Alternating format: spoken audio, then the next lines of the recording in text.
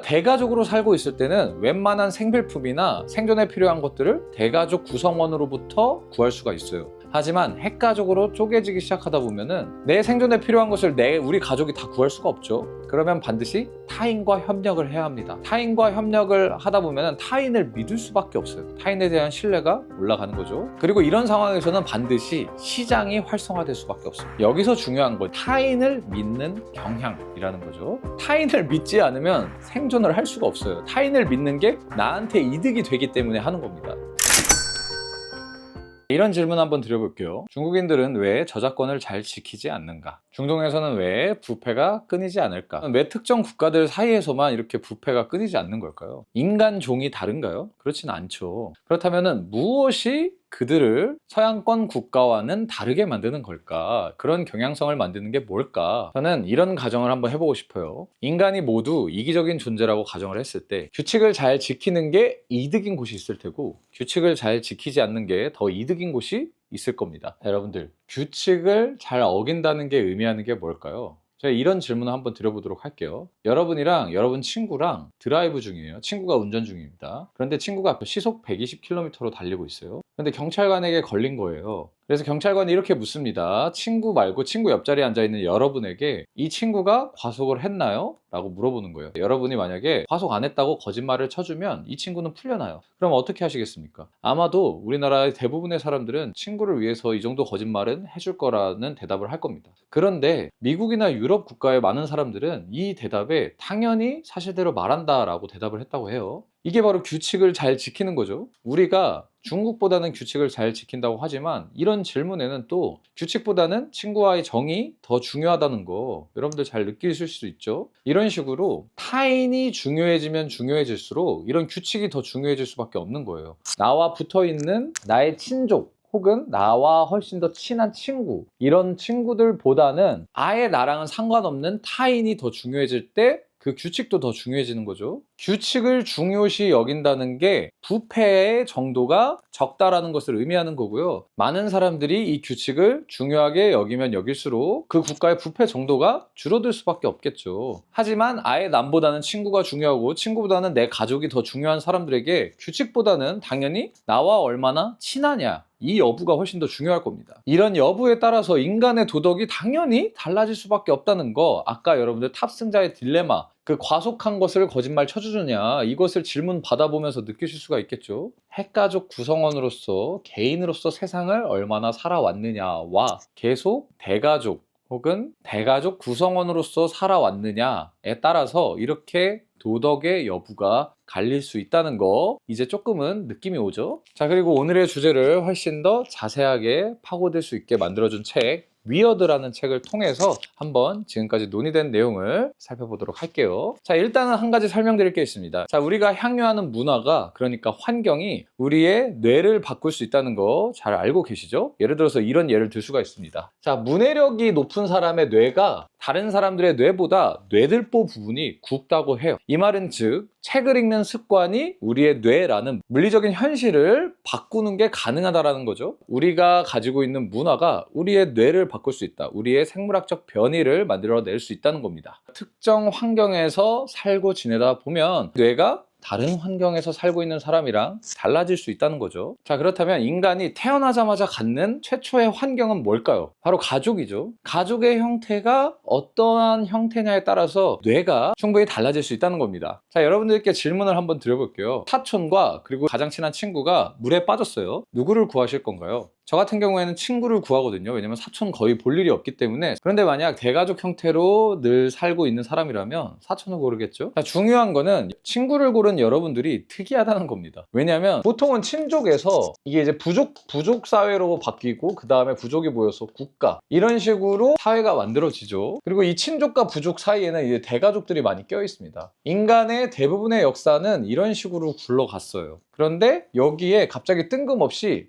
핵가족끼리 모인 국가가 생겨났다는 거죠. 이게 굉장히 특이한 현상이라는 거예요. 자, 이게 어떻게 특이하냐? 대가족으로 사는 사회 그리고 핵가족으로 사는 사회에 어떻게 다를까? 자, 여러분들이 대가족의 구성원이에요. 이 대가족의 구성원들이 가장 많이 느끼는 감정은 수치심이라고 합니다. 자, 수치심이라는 말 어떨 때 많이 쓰나요? 아, 우리 가문의 수치다. 그러니까 어떤 가문에서 내 역할을 잘 해내지 못했을 때 수치다라고 표현을 합니다. 대가족에서 많이 느낄 수밖에 없는 감정이에요. 그런데 이 핵가족 사회에서는 어떤 감정을 많이 느끼냐면요, 죄책감을 많이 느낍니다. 죄책감이라는 게 뭔가요? 아, 오늘 아침에 헬스 갔어야 되는데 못 갔네 하고 느끼는 게 죄책감이잖아요. 이런 핵가족 사회에서는 개인의 성장이 중요하기 때문에 어떤 가문의 역할보다도 내가 설정한 내 목표를 수행하지 못했을 때 죄책감을 많이 느낀다고 합니다. 대가족이냐 핵가족이냐에 따라 벌써 느끼는 감정이 크게 다르다는 거죠. 자, 이 대가족에서 중요한 거는 어떤 구성원으로서의 역할이고요. 그리고 핵가족에서 중요한 거는 개인의 성장이죠. 그러니까 대부분 우리가 느끼는 감정은 이 핵가족의 형태의 사회에서 살다 보니까 개인으로 살다 보면은 중요하다고 생각하는 것들이 대가족 사회의 사람들이랑 달라진다는 거죠. 지구, 인류의 역사를 들여다보면은 대부분이 이 대가족의 핵심인 친족 사회에서 살았다는 것을 알 수 있어요. 그렇다면 대체 언제 갑자기 뜬금없이 대가족에서 핵가족으로 쪼개졌을까?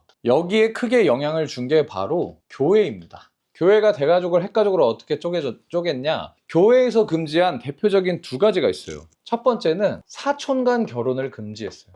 그리고 두 번째로 일부일처제를 강조했습니다. 그러니까 일부 다처를 금지했다는 거죠. 이렇게 두 가지를 굉장히 강력하게 시행했어요. 잘 보세요. 사촌 간 결혼을 금지하고 반드시 일부일처를 행해야 했다면 당연히 가족 구성원이 줄어들겠죠. 가족의 형태가 굉장히 축소될 수밖에 없습니다. 대가족에서 핵가족으로 바뀌면 대체 왜 인간의 사고가 변할 수밖에 없는가? 이게 중요하겠죠? 대가족으로 살고 있을 때는 웬만한 생필품이나 생존에 필요한 것들을 대가족 구성원으로부터 구할 수가 있어요. 하지만 핵가족으로 쪼개지기 시작하다 보면은 내 생존에 필요한 것을 우리 가족이 다 구할 수가 없죠. 그러면 반드시 타인과 협력을 해야 합니다. 타인과 협력을 하다 보면 타인을 믿을 수밖에 없어요. 타인에 대한 신뢰가 올라가는 거죠. 그리고 이런 상황에서는 반드시 시장이 활성화될 수밖에 없습니다. 여기서 중요한 건요, 타인을 믿는 경향이라는 거죠. 타인을 믿지 않으면 생존을 할 수가 없어요. 타인을 믿는 게 나한테 이득이 되기 때문에 하는 겁니다. 이런 타인을 믿는 경향이라는 거는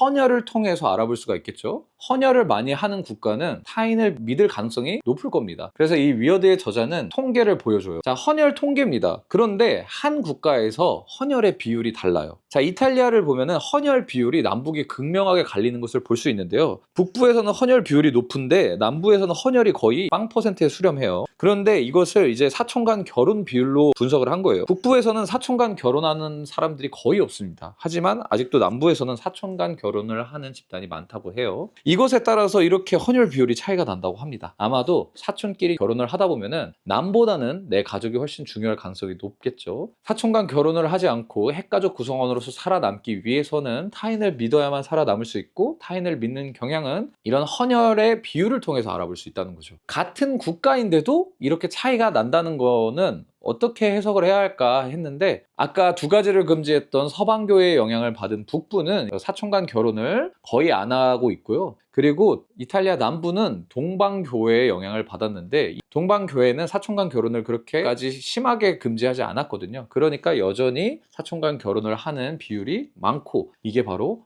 헌혈의 비율을 통해서 드러나고 있는 거죠. 자, 그렇다면은 이런 개인으로 쪼개진 사회, 개인이 중요해진 사회에서는 어떤 현상들이 일어나느냐, 우리가 한번 살펴볼 수 있겠죠? 당연한 거지만 개인이 중요한 사회에서는 개인의 성장이 굉장히 중요하겠죠. 가문의 구성원으로서의 역할은 당연히 줄어들겠죠? 그리고 개인이 중요한 사회니까 결혼의 자유도 그만큼 높을 테고요. 당연히 정략 결혼 같은 거는 없어질 수밖에 없고요. 자, 그리고 개인이 중요한 곳에서는 시장이 발달할 수밖에 없다는 말씀 드렸고요. 자, 이 두 가지를 잘 보면은 이 두 가지가 유럽을 굉장히 강하게 만든 두 가지 힘이죠. 자기 성장이라는 거는 기술이라고 볼 수 있고요. 그리고 시장이라는 거는 자본주의잖아요. 이런 기술과 자본주의가 만나서 만들어낸 혁명, 산업혁명이죠. 그리고 시장이 발달하면 발달할수록 시장에서 지켜야 하는 시장 규범이 중요해집니다. 왜냐하면 시장에서 여러분들이 물물 교환을 하다가 친구면 뭐 더 싸게 해주고,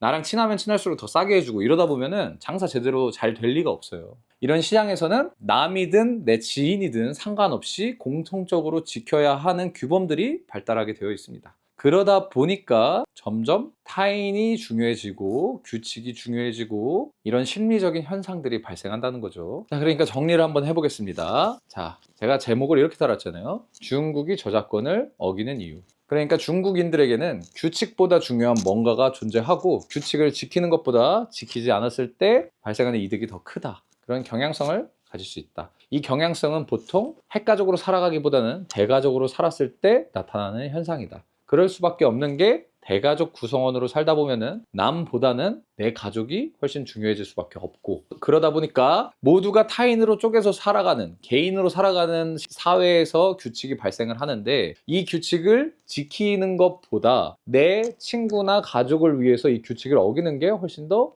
이득일 가능성이 높고, 그런 사회에서는. 그리고 심리적으로도 그게 맞겠죠. 그러니까 결론적으로 중국이나 중동 국가들이 이렇게 규칙을 어기는 이유는 아직도 사촌 간 결혼이 많고 대가족 사회에 사람들이 많기 때문에, 이런 사회에서는 규칙보다는 내 친구나 내 가족의 안위를 지키는 게 이득이기 때문에 그런 경향성이 생기기 쉽다라는 거 위어드의 저자가 이렇게 밝혀내고 있습니다. 제가 이 짧은 시간 안에 담기에는요, 이 책이 굉장히 두껍거든요. 그렇기 때문에 저자가 말하고 싶은 내용을 완전히 이 영상에 다 담을 수는 없어요. 그래도 아마 이 영상 정도면 이 책이 무엇을 말하고자 하는지 정도는 느끼실 수 있을 거거든요. 그게 흥미로우시다면 이 책 한번 읽어보시는 거 추천드리겠습니다. 자, 이 논의는 여기까지 마무리하고요. 이 책에서 나오는 재미난 내용을 한 가지 더 소개해드리고자 합니다. 자, 아까 유럽의 교회가 시도한 제도 중에 특이한 거, 일부일처제죠. 우리 국민들에게는 너무나 익숙한 제도지만 이건 굉장히 지구 전체로 봤을 때는 굉장히 특이한 제도라는 거 잘 알고 계셔야 되고요. 이 제도가 만들어내는 특이한 또 현상을 한번 소개해드리도록 할게요.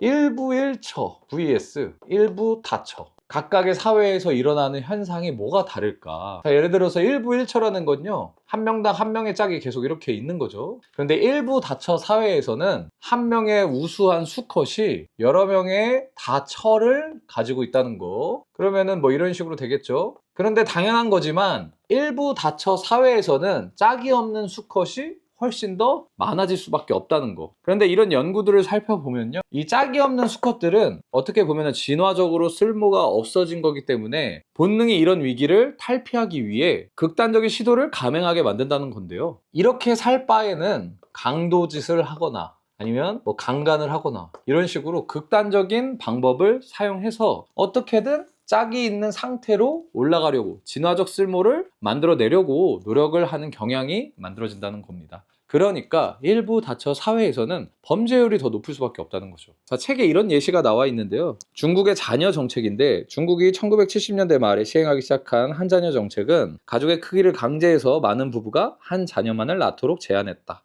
이런 상황에서 아들을 강하게 선호했기 때문에 여아를 낳으면 여아를 버리고 아들만 낳았다는 거죠. 이런 상태에서는 당연히 훨씬 더 남자가 많아질 수밖에 없습니다. 그래서 1988년에서 2004년 사이에 남아도는 남성의 수가 훨씬 더 많아졌고, 이때 범죄율까지 급등을 했다고 하죠. 이렇게 짝이 없는 남자가 많을수록 그 사회에는 범죄율이 늘어난다는 거, 이런 연구 결과를 통해서 확인할 수 있습니다. 저는 현대 SNS가 이런 경향을 만들기도 한다고 생각을 하는데요. 예를 들어서 지금 SNS 때문에 많은 사람들이 훨씬 더 눈이 높아졌죠. 눈이 높아지다 보니까 그냥 마음에 드는 사람이 아니면은 그냥 결혼을 안 하고 있어요. 이런 상황에서는 짝이 없는 남자들이 많아지거든요. 당연히 엄청나게 잘생기고 멋진 남자들만 결혼을 하기 때문에 짝이 없는 남자가 많아져요. 그래서 뭐 신림역 살인사건 같은 것도 보시면 남자만 골라서 죽였잖아요. 이런 식으로 짝이 없는 남자가 많아질수록 사회 범죄율이 늘어날 수 있다는 연구, 굉장히 일리가 있다고 생각하면서 읽었습니다. 자, 오늘 준비된 내용은 여기까지고요. 재미있게 보셨으면 좋아요와 구독 부탁드리겠습니다.